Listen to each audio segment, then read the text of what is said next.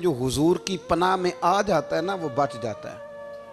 अल्लाह करे आपको समझ आए मेरी बात की। जो हुजूर की पनाह में आ जाता है वो जो दुनियादार रहता है, मालदार रहता है, हुजूर की पनाह में नहीं आता वो बेसुकून रहता है। फरमाते यहाँ दुनिया में भी हुजूर की पनाह में आ जाओ, आज ले उनकी पनाह। और आज दलील आपने इब्ने माजा की हदीस लिखी है, हज़रत तमीम दारी हदीस के रावी हैं, आला हज़रत ने लिखी है। फरमाते हैं जो हुजूर की पनाह में आया बच गया। दलील देते हैं, फरमाया इंसान तो इंसान, जानवर भी आते थे तो बच जाते थे। हज़रत तमीम दारी रज़ी अल्लाह तआला अन्हु फरमाते हैं कि हम खड़े थे, एक ऊँट दौड़ता हुआ आया। नबी करीम सल्लल्लाहु अलैहि वसल्लम के पहले उसने कदमों पे सजदे किए। सहाबा कहने लगे हुजूर हमें भी इजाज़त दें। फरमाया वो तो बेजुबान है, उसे तो पता कोई नहीं, पेशे नज़र है वो नौबहार, सजदे को दिल है बेकरार, रोकिए सर को रोकिए यही तो इम्तिहान है। फरमाया उसे क्या पता, तुम तो मुकल्लफ हो शरीयत के, तुम्हें इजाज़त नहीं है। और आला हज़रत ने दो टोक लिखा है, फरमाया सिवाय खुदा के किसी को ताज़ीमी सजदा भी हराम है। ये नोट कर ले मेरी बात। और आला हज़रत ने फतावा रज़विया में लिखा है किसी कब्र पे जाओ तो 4 हाथ दूर खड़े रहो। अल्लाह करे आपको समझ आए। कितने हाथ? 4 हाथ दूर खड़े रहो, सूरत फातिहा पढ़ो, दुरूद शरीफ पढ़ो, जिस कब्र पे गए हो उनकी रूह को इसाले सवाब करो, उनके वसीले से दुआ मांगो। आला हज़रत फरमाते हैं कब्र को सजदा बिल इत्तिफाक हराम है, तवाफ कब्र का करना बिल इत्तिफाक हराम है, बोसा लेने में इख्तलाफ है कि जायज़ है कि नाजायज़ है, लेकिन बोसे से भी चूंकि शक पड़ता है तो फरमाते हैं अहमद रज़ा की राय ये है कि बोसा लेने से भी बचा जाए। वो आ गया तो इससे अगली बातें करता है, बस खामोश रह, बाअदब रह और पीछे रह। तो हज़रत तमीम दारी कहते हैं ये हदीस आला हज़रत ने लिखी है लमन वल उला में। फरमाते हैं कि ऊँट ने पहले सजदा किया, कदम चूमे, फिर उसने हुजूर के कान में कोई बात कही। रोजे दे दिवाले ने गुलामां दियां टोलियां, एक पे सुनदा करोड़ां दियां बोलियां। यानी ऊँट ने बात की तो हुजूर ने वो भी सुन ली। आला हज़रत कहते हैं जो पनाह में आता है बच जाता है। कहते हैं रसूल करीम ने ना ऊँट की पुश्त पे हाथ फेरा और अल्लाह के महबूब फरमाने लगे फिक्र न कर, अब तू आ गया है ना तो जैसे तू कहेगा वैसे ही हो जाएगा, जैसे तू कहेगा वैसे ही। इब्ने माजा में मौजूद है, पर मैं चूँकि फाज़िल बरेलवी रहमतुल्लाह अलैह की किताब से पेश कर रहा हूँ अल अम्न वल उला से, तो मैं उसी अंदाज में पेश कर रहा हूँ जिस अंदाज में वहाँ है। हज़रत तमीम दारी कहते हैं कि हमारी समझ में बात कोई ना आई। थोड़ी देर गुजरी तो कुछ लोगों ने हाथों में रस्सियाँ पकड़ी हैं, खंजर पकड़े हैं, दौड़े आए, या रसूलल्लाह ये हमारा ऊँट है। हज़रत तमीम दारी कहते हैं मैंने देखा कि जब वो आ गए ना खंजर लेके तो ऊँट हुजूर के पीछे छुप गया। आज ले उनकी पनाह, आज मदद मांग उनसे, वो हुजूर के पीछे छुप गया। तो कहते हैं कि नबी करीम सल्लल्लाहु ताला अलैहि वसल्लम ने फरमाया क्या मसला है भाई? या रसूलल्लाह हमारा ऊँट है, ज़िबा करने लगे थे दौड़ा आया है। तो हुजूर फरमाने लगे वो तो तुम्हारी शिकायत कर रहा है। वो कहता है या रसूलल्लाह मैंने बरसों इनकी नौकरी की, बरसों मैंने बड़ी नौकरी की। सही कहता है या रसूलल्लाह? ठीक कहता है। हुजूर अब बूढ़ा हो गया हूँ, थोड़ा ज़्यादा बोझ नहीं उठा सकता, तो मुझे ज़िबा करके खाना चाहते हैं, मैं मरना नहीं चाहता। नबी करीम फरमाने लगे अच्छे लोग ये सिला देते हैं। उन्होंने अर्ज़ की हुजूर आप हुक्म कर दें, हम इसको छोड़ देते हैं या रसूलल्लाह, नहीं ज़िबा करेंगे, खिदमत करेंगे। हुजूर फरमाने लगे नहीं अब मेरे पास आया है ना, अब मैंने वापस नहीं करना, आज हो गया है, आज ले उनकी पनाह, आज मदद मांग उनसे, आज हो गया या रसूलल्लाह फिर रख लें। हुजूर ने फरमाया नहीं भाई पैसे बताओ कितने? या रसूलल्लाह नहीं नहीं कुछ नहीं। नबी करीम अलैहिस्सलाम ने फरमाया नहीं बताओ कितने, बताओ कितने? उन्होंने कहा हुजूर एक दफा रेट लगाया था तो 100 दिनार लगा था। हुजूर ने फरमाया बिलाल दे दो 100 दिनार। 100 दिनार दे दिया। आला हज़रत फरमाते हैं देखो उनकी पनाह में आने की बरकतें कितनी हैं। उनसे कहा तुम जाओ, वो चले गए। हुजूर ने पुश्त पे हाथ फेरा, फरमाया जा तू आज़ाद है। हज़रत तमीम दारी कहते हैं वो पहले गया फिर पलट के आया, उसने नबी पाक के कान में को बात की, कई बातें की, पर मैं एक बात करता हूं, कई बातें की, एक बात की तो हुजूर रो पड़े। ऊंट चला गया, हमने अर्ज़ की हुजूर ये क्या कह गया है? तो महबूब फरमाने लगे ये कह गया या रसूल अल्लाह जिस तरह आपने मुझे छुरी से बचाया है मैं दुआ करता हूं अल्लाह आपकी उम्मत को जहन्नुम से महफूज फरमाए, अल्लाह जहन्नुम से बचाए आपकी उम्मत को। इस तरह मुझे छुरी से आपने महफूज किया। आला हज़रत फरमाते हैं किन चक्करों में पड़े हुए हो, किन चक्करों में? पैसों की पनाह लेते हो, ओहदों के पीछे छुपते हो, दौलत के पीछे छुपते हो, ताल्लुकात के पीछे छुपते हो।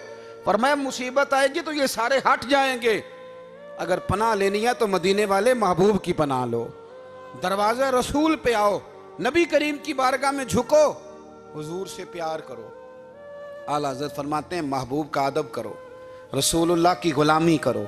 फरमाते हैं फिर के गली गली तबाह, ठोकरें सब की खाएं क्यों, दिल को जो अक्ल दे खुदा तो तेरी गली से जाए क्यों। और फरमाने लगे जान है इश्क मुस्तफ़ा, रोज़ फुजूं करे खुदा, जिसको हो दर्द का मज़ा वो नाज़े दवा उठाए क्यों, जिसको हो दर्द का मज़ा वो नाज़े दवा उठाए क्यों। उन्होंने महबूब करीम की मोहब्बत का पैगाम दिया, सहाबा की मोहब्बत का, बोलिए, सहाबा की मोहब्बत का। पूरी किताब लिखी हज़रत सिद्दीक़ अकबर जनाब उमर के फ़ज़ाइल पर। और मज़े की बात यह है कि आला हज़रत ने ना उर्दू शायरों में से किसी को तौफीक नहीं हुई हुजूर को शहनशाह कहने की। आला हज़रत ने कहा मेरे नबी शहनशाह हैं। दलील क्या दी? फरमाने लगे पढ़ो तिरमिज़ी, हुजूर ने फरमाया मेरे दो वज़ीर ज़मीनों में हैं, दो आसमानों में। ज़मीन के दो वज़ीरों के नाम अबू बकर और उमर हैं, आसमान के दो वज़ीर हैं जिब्रील और मीकाईल। तो आला हज़रत कहने लगे हुजूर वज़ीर तो किसी शहनशाह के ही होते हैं, फिर कह लो ना शहनशाह। तो फिर फरमाने लगे हाजियो आओ शहनशाह का रोज़ा देखो, हाजियो आओ शहनशाह का रोज़ा देखो। काबा तो देख चुके अब काबे का भी काबा देखो, काबा तो देख चुके अब काबे का भी, गौर से सुन तो रज़ा काबे से भी आती है सदा, मेरी आंखों से मेरे प्यारे का रोज़ा देखो। आला हज़रत ने सारी ज़िंदगी और सहाबा किराम की बात की, अहले बैत की बात की, औलिया की बात की, सूफिया की बात की, दिफा किया सबका, सबके शानों में लिखा, उम्मत को बतलाया कि अपने बुजुर्गों से जुड़े रहोगे तो बचे रहोगे। आला हज़रत ने तंज करने से, तनकीद करने से, बिला वजह गलतियां निकालने से और एक दूसरे पर लान तान करने से हमें बचने को कहा। आला हज़रत फरमाते हैं कोई इल्म अगर आ जाए ना तो उसका माना ये नहीं कि सबको जाहिल समझ लेना चाहिए। समझ आ रही है मेरी बात की? हम जिस शोबे में भी होते हैं ना, सामने वाले को अनपढ़ ही समझते हैं। मौलवियों के बारे में बाद लोगों का ख्याल है कि ये पता नहीं कौन सी मखलूक है, इनको क्या पता दुनियादारी का। मैं सही कह रहा हूँ। इसी तरह जो मेरे शोबे से ताल्लुक़ रखने वाले लोग हैं वो कहते हैं शायद सारे ताजर 2 नंबर तरीके से ही माल कमाते हैं। ये हो नहीं सकता, ऐसा हो नहीं सकता। हमें ना दूसरों की अहमियत की खबर रखनी चाहिए। हम एक दूसरे से प्यार, हम तंज करते हैं, तनकीद करते हैं। फाज़िल बरेलवी मना करते थे, आप फरमाते ये तरीका दुरुस्त। हम जब गलतियां निकालने पे जाते हैं तो माज़अल्लाह इतना ऊपर बन जाते हैं कि माज़अल्लाह सुम्मा माज़अल्लाह अल्लाह रसूल तक पहुंच जाते हैं। आला हज़रत के ज़माने में एक शख्स ने कह दिया नबी पाक का ख्याल आए तो नमाज टूट जाती है। अकल है ना जी, जहां मर्जी ले जाओ। वो कहने लगा जी मैंने खालिस अल्लाह के लिए पढ़नी है ना फ़लसफ़ा अजीब। नबी पाक का ख्याल आए तो नमाज। आला हज़रत फरमाने लगे तू बड़ा ही पागल है, जब तू कहेगा अस्सलामु अलैका अय्युहन नबी ख्याल आएगा कि नहीं? फरमाने लगे तू बड़ा ही नादान है, जब तू कहेगा अल्लाहुम्मा सल्ली अला मुहम्मदिन व अला ख्याल आया कि नहीं आया? फरमाने लगे तू नबी पाक की बात करता है, नमाज में तो अब्बा अम्मा का भी ख्याल आता है। रब्बना ग़फ़िरली वाली वालिदैया। फरमाने लगे रब्बे के ख्याल से नहीं टूटती तो मदीने वाले के ख्याल से कैसे टूट गई? फरमाने लगे बड़ा ही बेवकूफ़ है तू। आला हज़रत फरमाने लगे तू कहता है हुजूर का ख्याल आए तो टूट जाती है। फरमाने लगे जब तक हुजूर का ख्याल आए ना नमाज होती ही नहीं, जब तक हुजूर का ख्याल ना आए नमाज होती ही नहीं, सवाल ही नहीं पैदा होता। लोगों ने कहा जनाब वो किस तरह? तो आला हज़रत फरमाने लगे अल्लाह ने कहा कुरान में वाक़ई मुस्सलात नमाज पढ़ो, ये नहीं बताया कितनी पढ़नी है, और ये भी नहीं बताया फजर की कितनी पढ़नी है, ये भी नहीं बताया जोहर की, ये भी नहीं बताया क़याम कैसे करना है, हमें ये भी नहीं बताया रुकू कैसे करना है। हमें पता कैसे पता चला? जब सहाबा ने कहा ना रब कहता है नमाज पढ़े तो कैसे पढ़ें, तो हुजूर फरमाने लगे सल्लू कमा रअयतुमूनी उसल्ली, नमाज उस तरह पढ़ो करो जिस तरह मुझे पढ़ते हुए देखते हो। तो कहा ये तो कैसी अजीब बात कर रहा है कि नबी करीम सल्लल्लाहु अलैहि वसल्लम का ख्याल आए। और फिर बड़ी मज़ेदार बात, एक शख्स ने आला हज़रत से आके ना, उस ज़माने में ना एक आर्या मज़हब होता था, अब अल्लाह का शुक्र है वो कोई नहीं। अब वैसे जो बड़े नए नए मज़हब निकल आए हैं, जो आदमी जितना पढ़ जाता है माज़अल्लाह वो एक नई बात ही शुरू कर देता है, और जो अनोखी बात करे उसके पीछे रश भी ज़्यादा हो जाता है। स्टाइल ज़रा हटके हो ना जी तो ज़रा माहौल जल्दी बन जाता है। तो वो आर्या मज़हब था, तो वो एक आर्या आ गया आला हज़रत के पास, आके कहने लगा कि फ़र्ज़ की अहमियत ज़्यादा है कि सुन्नत की। तो आला हज़रत फरमाने लगे भाई अहमियत तो फ़र्ज़ की ज़्यादा है। तो कहने लगे आपका वज़ू तो फिर सुन्नत से शुरू होता है। वज़ू में पहला फ़र्ज़ है मुंह धोना, और आप सबसे पहले हाथ धोते हैं, ये भी सुन्नत। नाक में पानी डालना ये भी, कुल्ली करना ये भी। मेरी बात की समझ आ रही है? उसने कहा ये आप अजीब लोग हैं, फ़र्ज़ अगर बड़ा है तो पहले फ़र्ज़ होना चाहिए था। समझ आ रही है मेरी बात की? लोग दीन पर बड़े बड़े मुख्तलिफ एतराज़ात करते हैं ना, उसने कहा जी पहले होना चाहिए था फ़र्ज़। तो मुंह धोना फ़र्ज़ है, आपने घुटनों तक हाथ धोए, अब ये जो आपने हाथ धो ये भी सुन्नत, कुल्ली करी तो वो भी सुन्नत, नाक में पानी डाला तो वो भी सुन्नत, तो आप तो चौथे नंबर पे फ़र्ज़ अदा कर रहे। तो आला हज़रत फरमाने लगे तुम असल में महबूब का ग़ुलाम नहीं ना। हाँ तुझे क्या पता हो ये बात क्या है, तू बैठ जा हमसे सुन, हम तुझे बताते हैं। उसने कहा जी क्या मतलब? फरमाने लगे ये महबूब जो है ना हमारे, ये हमें बड़ी जगहों से बचाते हैं, ये बचा बचा के फ़राइज़ तक ले जाते हैं। क्या क्या मतलब? कहने लगे हुजूर ने हमें कहा है कि पहले ना हाथ धो लो, पता चल जाए पानी ज़्यादा गर्म तो नहीं, मुंह जाली ना जाए, पहले ना देख लो। फरमाया फिर नाक में डाल के पता करा लो कि इसमें से बदबू तो नहीं आती, सुन्नत भी अदा हो गई, पता भी चल गया बू तो नहीं आ रही। और फरमाया फिर मुंह में डाल के चख लो कि बद जायका तो नहीं। अब ये 3 सुन्नतें अदा करके तुम फ़र्ज़ अदा करोगे तो अल्लाह भी राज़ी होगा, अल्लाह के रसूल भी राज़ी होंगे। और रज़विया में इस मज़मून को बयान करते तिरमिज़ी शरीफ की वो हदीस नकल करते हैं। आप फरमाते मुसलमानों इस हदीस को याद कर लो, अगर तुम इसे याद करोगे तो मजबूत हो जाओगे। हदीस क्या है? नबी करीम सल्लल्लाहु अलैहि वसल्लम ने फरमाया अगर सारे इंसान मिल के भी तेरा बुरा करना चाहें तो जब तक रब की मशीयत ना हो वो तेरा बुरा कर नहीं सकते। और हुजूर सल्लल्लाहु अलैहि वसल्लम ने फरमाया अगर सारे इंसान मिल के तेरा भला करना चाहें तो जब तक रब की रज़ा ना हो तेरा भला हो नहीं सकता। तो आला हज़रत फरमाते हैं इस चीज़ को ज़हन में बिठाओ, मुसलमानों अपना रुजू अपने रब रसूल की तरफ मजबूत करो। ये क्या बात हो गई कि मैं इससे भी डर रहा हूँ, मैं उससे भी डर रहा हूँ, वो भी मेरे पीछे लग गया। फाज़िल बरेलवी रहमतुल्लाह अलैह इन चीज़ों से मना फरमाते थे। वो कहते थे ये तोहमात हैं, ओहाम परस्ती है, हमें इन चीज़ों से हमेशा बचना है, अपनी आने वाली नस्लों को बचाना है। और फरमाया करते थे रब की रज़ा पे जो राज़ी रहता है अल्लाह उसे सुकून वाली ज़िंदगी अता फरमाता है। हमारे यहाँ लोग पूछते हैं तबीयत कैसी है, लेकिन यूपी में, सीपी में, लखनऊ में पूछा जाता है कि क्या शिकायत है आपको? कहते हैं जी सर दर्द की शिकायत है। ये उर्दू का एक मुहावरा है। जनाब क्या शिकायत है? कहते जी मुझे कमर दर्द की शिकायत है। फिर पूछने वाले पूछते हैं कि जनाब उस शिकायत का क्या बना? तो सदरुल शरिया मौलाना अमजद अली साहब आज़मी रहमतुल्लाह अलैह फरमाते हैं आला हज़रत को बुखार था तो मैं हाजिर हुआ, तो मैंने कहा हुजूर शिकायत का क्या बना? कहने लगे मौलाना पढ़े लिखे हो के तो ऐसी बातें ना करो, शिकायत किससे करनी है? रब ने जिस हाल में रखा है बड़ा ही अच्छा रखा हुआ है। शिकायत का क्या माना हुआ? अल्लाह ने जहाँ समझा मुनासिब उसने हमें रखा है, शिकायत क्या होती है? मुझे किसी से शिकायत नहीं। फरमाया करते थे अल्हम्दुलिल्लाह मुझे सर दर्द भी होता है और बुखार भी होता है और मैं बड़ा खुश हूँ। ये वो वाली बीमारियां हैं, ये वो अमराज हैं जो नबियों के कदम भी चूमने आया करते थे। मैं खुशबख्त हूँ कि वो अमराज जो अम्बिया के पास आते थे, सर दर्द और बुखार, वो मुझे लगते हैं। अपनी ज़िंदगी को रज़ा वाली ज़िंदगी बनाया। यकीन बड़ा कामिल था मेरे आला हज़रत का। इमाम गज़ाली ने हदीस लिखी है, नबी करीम सल्लल्लाहु अलैहि वसल्लम ने फरमाया यकीन इस तरह सीखा करो जिस तरह तुम कुरान सीखते हो।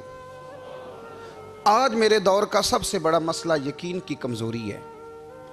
मुसलमान कच्ची पक्की सोचें सोचता है, कमज़ोर कमज़ोर जुमले बोलता है, इसको दुनियादारों के वादों पर इत्माद जल्दी होता है। लेकिन माज़अल्लाह अल्लाह रसूल के वादों के बारे में ये कई दफ़ा शकूक का शिकार होता है। इसे समझना चाहिए।